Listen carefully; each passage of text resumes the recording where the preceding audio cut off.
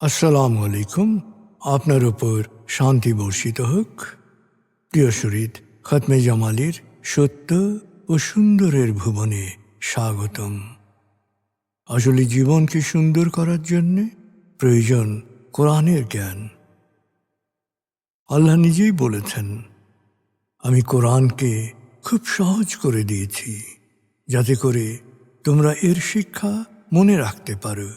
হে মানুষ, তুমি কি এর শিক্ষা হৃদয়ে ধারণ করবে না? সূরা কামারের 17, 22, 32 ও 40 নম্বর আয়াতে 4 বার আল্লাহ এই একই কথা বলেছেন।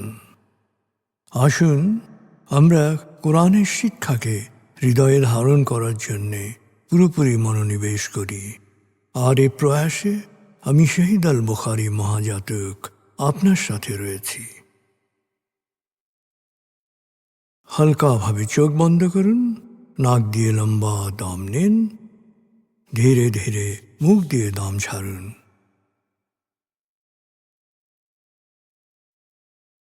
দম নেবেন পেটে, ছাড়বেন মুখ দিয়ে। দম নেওয়ার চেয়ে দম ছাড়তে সময় একটু বেশি নিন।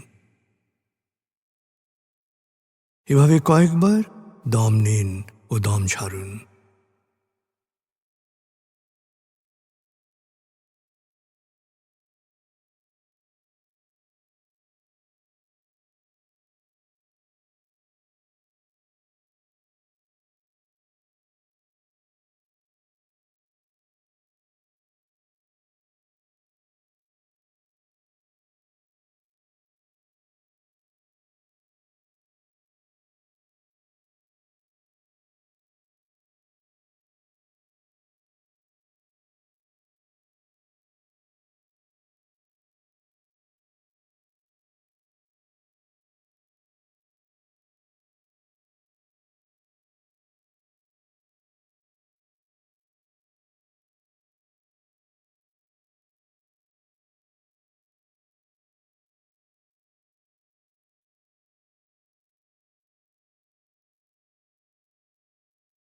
এবার দম স্বাভাবিক হতে দিন।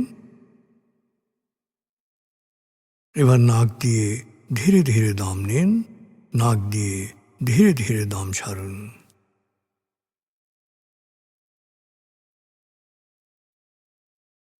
এভাবে কয়েকবার দম নিন, দম ছাড়ুন।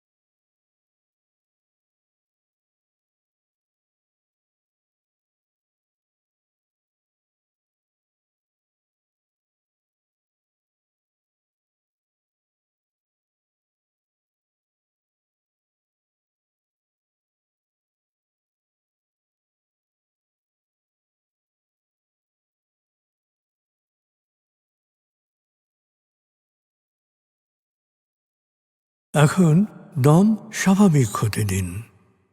আপনি শুধু দম খেয়াল করুন।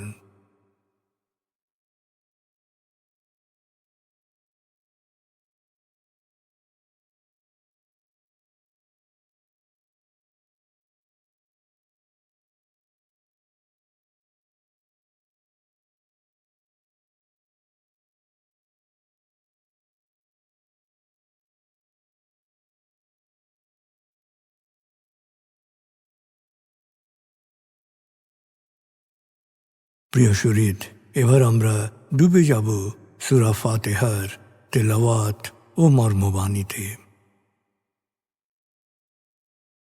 1. সূরা ফাতিহা।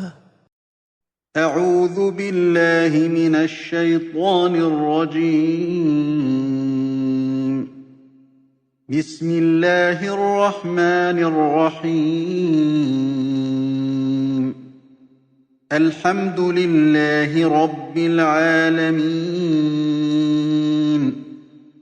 الرحمن الرحيم مالك يوم الدين إياك نعبد وإياك نستعين اهدنا الصراط المستقيم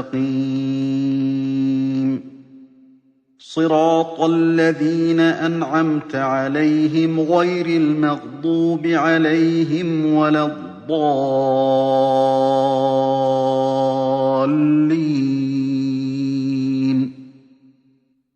দয়াময় মেহেরবান আল্লাহর নামে। সকল প্রশংসা মহাবিশ্বের প্রতিপালক হে আল্লাহ তোমারই জন্যে। তুমি দয়াময় মেহেরবান কর্মফল দিবসের মালিক। আমরা শুধু তোমারই ইবাদত করি, শুধু তোমারই সাহায্য চাই। প্রভু হে, সাফল্যের সরল পথে তোমার প্রিয়জনদের পথে আমাদের পরিচালিত করো। প্রভু হে, বিভ্রান্ত অভিশপ্তদের অন্ধকার পথ থেকে তুমি আমাদের রক্ষা করো।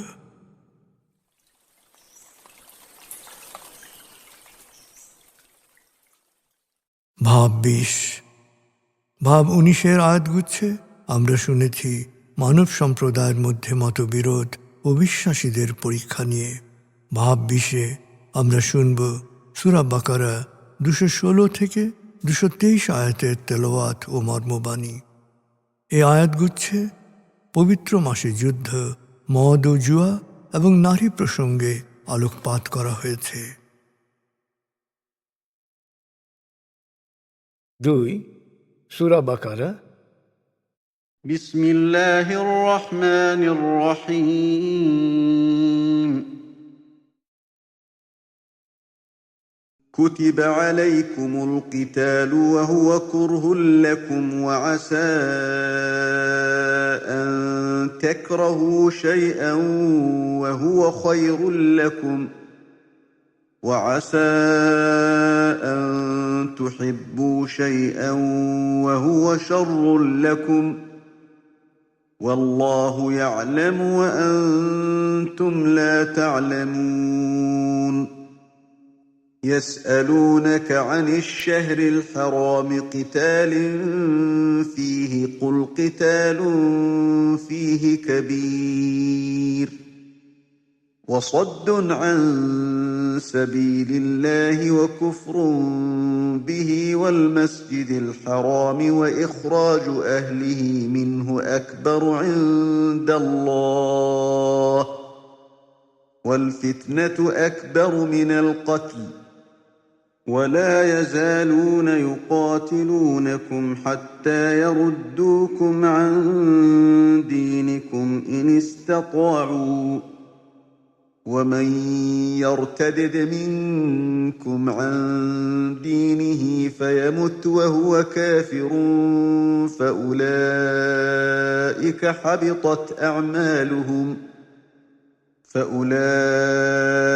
حبطت أعمالهم في الدنيا والآخرة وأولئك أصحاب النار هم فيها خالدون إن الذين آمنوا والذين هاجروا وجاهدوا في سبيل الله أولئك يرجون رحمة الله والله غفور رحيم يسألونك عن الخمر والميسر قل فيهما إثم كبير ومنافع للناس وإثمهما أكبر من نفعهما ويسألونك ماذا ينفقون قل العفو كذلك يبين الله لكم الآيات لعلكم تتفكرون في الدنيا والآخرة ويسألونك عن اليتامى قل إصلاح لهم خير وإن تخالطوهم فإخوانكم والله يعلم المفسد من المصلح ولو شاء الله لأعنتكم إن الله عزيز حكيم ولا تنكحوا المشركات حتى يؤمن ولأمة مؤمنة خير من مشركة ولو أعجبتكم ولا تنكحوا المشركين حتى يؤمنوا ولعبد مؤمن خير من مشرك ولو أعجبكم أولئك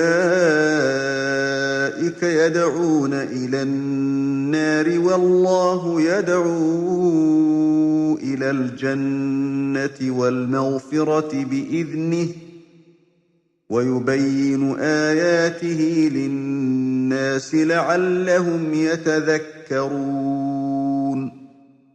ويسألونك عن المحيض قل هو أذى فاعتزلوا النساء في المحيض ولا تقربوهن حتى يطهرن فإذا تطهرن فأتوهن من حيث أمركم الله إن الله يحب التوابين ويحب المتطهرين نساؤكم حرث لكم فأتوا حرثكم أنى شئتم وقدموا لأنفسكم واتقوا الله واعلموا أنكم ملاقوه وبشر المؤمنين দয়াময় মেহেরবান আল্লাহর নামে। হে বিশ্বাসীগণ, তোমাদেরকে যুদ্ধের নির্দেশ দেয়া হয়েছে। হতে পারে এই নির্দেশ তোমাদের অপছন্দ। আসলে তোমরা যা অপছন্দ করছো তাই তোমাদের জন্যে ভালো হতে পারে, আর যা পছন্দ করছো তা হতে পারে তোমাদের জন্যে খারাপ। নিশ্চয়ই আল্লাহ যা জানেন তোমরা তা জানো না। পবিত্র মাসে যুদ্ধ সম্পর্কে তোমাকে জিজ্ঞেস করা হয়েছে। তাদের বলো, যুদ্ধ নিশ্চয়ই একটা ভয়ঙ্কর বিষয়, কিন্তু আল্লাহর কাছে তার চেয়েও ভয়ঙ্কর বিষয় হচ্ছে আল্লাহর পথে মানুষকে বাধা দেয়া, আল্লাহকে অস্বীকার করা, কাবা শরীফে ইবাদত করতে বাধা দেয়া, সেখানকার অধিবাসীদের বাড়িঘর থেকে তাড়িয়ে দেয়া। আসলে জুলুম, নিপীড়ন, হত্যার চেয়েও গুরুতর অপরাধ। যদি ওদের পক্ষে সম্ভব হতো তাহলে তোমরা সত্য ধর্মত্যাগের ঘোষণা না দেয়া পর্যন্ত ওরা তোমাদের বিরুদ্ধে লড়াই করে যেত। কিন্তু তোমাদের মধ্য থেকে কেউ যদি সত্য ধর্মত্যাগের ঘোষণা দাও এবং সত্য অস্বীকারী হিসেবে মারা যাও, তাহলে তার সকল কর্ম নিষ্ফল হবে। জাহান্নাম হবে তার ঠিকানা, সেখানেই সে থাকবে চিরকাল। আর যারা সত্য বিশ্বাস করেছে, হিজরত করেছে, আল্লাহর পথে সর্বাত্মক সংগ্রাম করেছে, তারা সঙ্গতভাবেই আল্লাহর অনুগ্রহ প্রত্যাশা করতে পারে। আল্লাহ অতীব ক্ষমাশীল, পরম দয়ালু। লোকজন মদ ও জুয়া সম্পর্কে তোমাকে জিজ্ঞেস করছে। বলো, দুটোই গুরুতর ক্ষতিকারক। ওতে কিছু কিছু উপকারও আছে, তবে উপকারের চেয়ে ক্ষতির পরিমাণ অনেক অনেক বেশি। তারা তোমাকে জিজ্ঞেস করছে, আল্লাহর পথে কি ব্যয় করব? বলো, প্রয়োজনের অতিরিক্ত সব কিছুই ব্যয় করতে পারো। এভাবেই আল্লাহ তার বিধানসমূহ সুস্পষ্ট বলে দেন, যাতে তোমরা দুনিয়া ও আখিরাত উভয় স্থানের জন্যেই চিন্তা করতে পারো। তারা জিজ্ঞেস করছে, এতিমদের ব্যাপারে কি করব? বলো, তাদের জন্যে সুব্যবস্থা করা উত্তম। আর তোমরা যদি তাদের সাথে একত্রে থাকো তবে তারা তোমাদের ভাই। আল্লাহ অবশ্যই হিতকারী আর অনিষ্টকারীর মধ্যে পার্থক্য করবেন। আল্লাহ ইচ্ছে করলেই এ বিষয়ে তোমাদের উপর কষ্টকর দায়িত্ব দিতে পারতেন। মনে রেখো, আল্লাহ সর্বশক্তিমান, প্রজ্ঞাময়। বিশ্বাসী না হওয়া পর্যন্ত শরিককারী নারীকে বিয়ে করো না। শরিককারী নারী তোমাদের মোহিত করলেও একজন বিশ্বাসী দাসী তার চেয়ে উত্তম। সত্য ধর্মে বিশ্বাসী না হওয়া পর্যন্ত শরিককারী পুরুষের সাথে তোমাদের মেয়েদের বিয়ে দিও না। উচ্চবংশীয় শরিককারী পুরুষ তোমাদের মোহিত করলেও একজন বিশ্বাসী দাস তার চেয়ে ভালো। শরিককারীরা তোমাদের জাহান্নামের দিকে ডাকে, আর আল্লাহ তোমাদের অনুগ্রহ করে জান্নাত ও ক্ষমার দিকে আহ্বান করেন। আল্লাহ মানুষের জন্যে স্বীয় বিধান স্পষ্ট করে বয়ান করেন, যাতে তারা প্রয়োজনীয় শিক্ষা গ্রহণ করতে পারে। লোকজন তোমাকে মহিলাদের মাসিক রজস্রাব সম্পর্কে জিজ্ঞেস করে। বলো, এটা হচ্ছে অপরিচ্ছন্ন কষ্টকর অবস্থা। তাই মাসিককালে স্ত্রী সহবাস বর্জন করবে। পরিচ্ছন্ন ও পবিত্র না হওয়া পর্যন্ত তাদের সাথে সহবাস থেকে বিরত থাকবে। পবিত্র হওয়ার পর তাদের সাথে আবার স্বাভাবিক শারীরিক সম্পর্কে ফিরে যাবে। যারা তওবা করে ও পবিত্র থাকে, নিশ্চয়ই আল্লাহ তাদের ভালোবাসেন। তোমাদের স্ত্রীরা হচ্ছে তোমাদের ফলনভূমি। অতএব যখন ইচ্ছা গর্ভাধান করতে পারো, কিন্তু প্রথমে সৎকর্ম করে তোমাদের আত্মার তৃপ্তির উপকরণের ব্যবস্থা করো। সব সময় আল্লাহ সচেতন থাকো। জেনে রেখো, তাঁর সামনে তোমাদের অবশ্যই হাজির হতে হবে। অতএব হে নবী, বিশ্বাসীদের কল্যাণ ও সৌভাগ্যের সুখবর দাও।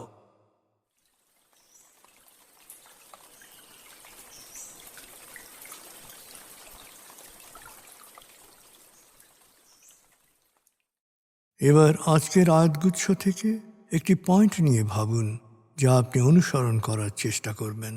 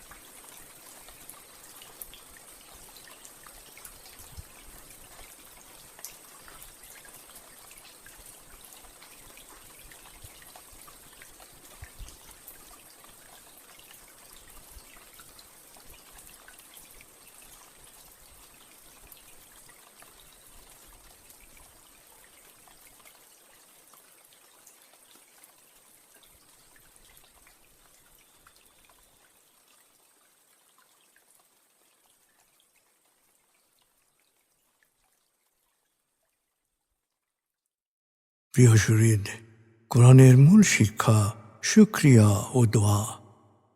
প্রভু আপনাকে যা দিয়েছেন সেই জন্যে বারবার কৃতজ্ঞতা প্রকাশ করুন, তাকে হৃদয়ের গভীরে স্মরণ করুন।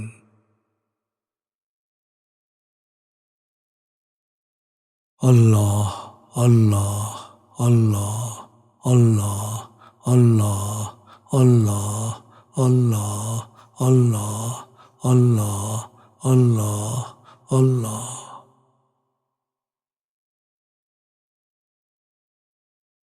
আস্তাগফিরুল্লাহ আস্তাগফিরুল্লাহ আস্তাগফিরুল্লাহ আস্তাগফিরুল্লাহ আস্তাগফিরুল্লাহ আস্তাগফিরুল্লাহ আস্তাগফিরুল্লাহ আস্তাগফিরুল্লাহ আস্তাগফিরুল্লাহ আস্তাগফিরুল্লাহ আস্তাগফিরুল্লাহ।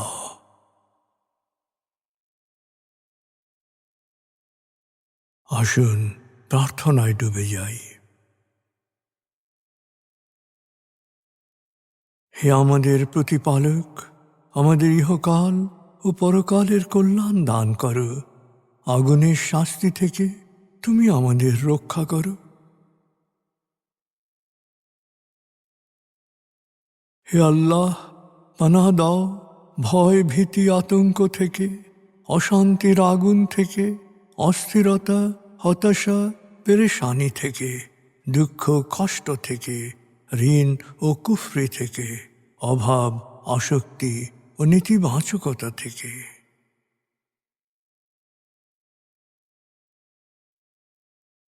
হে আমাদের প্রতিপালক, আমাদের বেহিসাব রিজিক দান করো।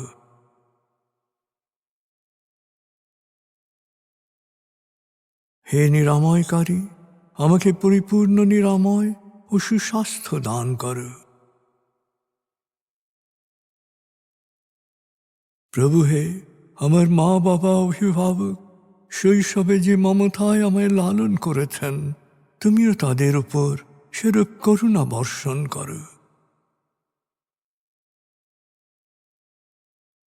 হে আমাদের প্রতিপালক, আমার পরিবারকে প্রাজ্ঞ সুখী ও সমৃদ্ধশালী পরিবারে রূপান্তরিত করো।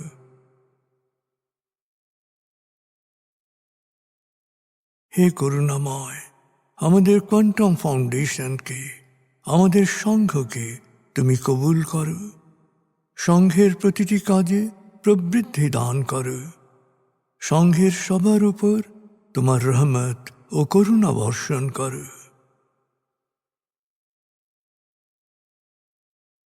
প্রভু হে, আমাদের দেশকে তুমি ভালো মানুষের স্বর্গভূমিতে রূপান্তরিত করো। হে করুণাময়, পৃথিবীর সকল শোষিত বঞ্চিত মানুষকে জালেমের জুলুম থেকে, শোষকের শোষণ থেকে মুক্তি দাও।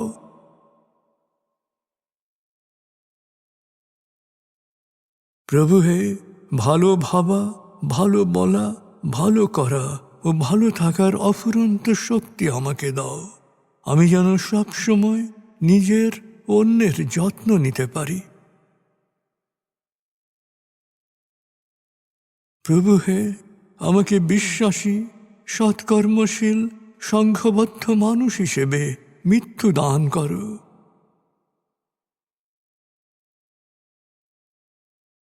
অনুভব করুন, আল্লাহ আপনার অন্তরেই আপনার কথা শুনছেন।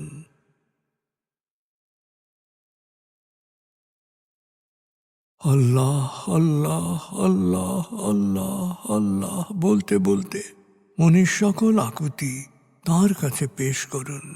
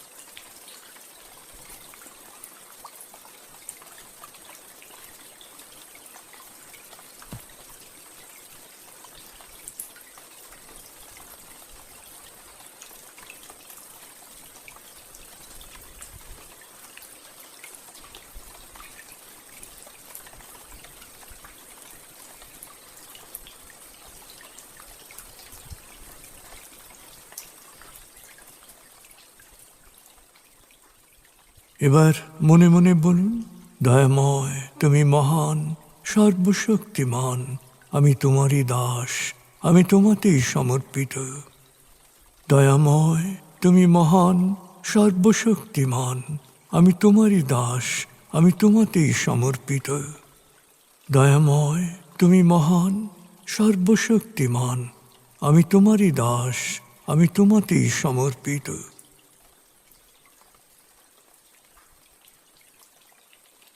অনুভব করুন আল্লাহ আপনার প্রার্থনা কবুল করেছেন।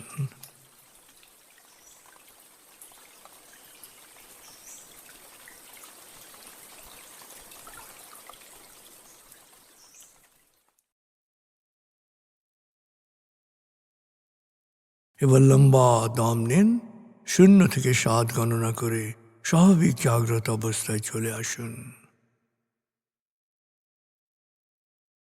আপনার জীবন সুন্দর হোক, সফল হোক। খুদা হাফিজ। আসসালামু আলাইকুম। আপনার উপর শান্তি বর্ষিত হোক।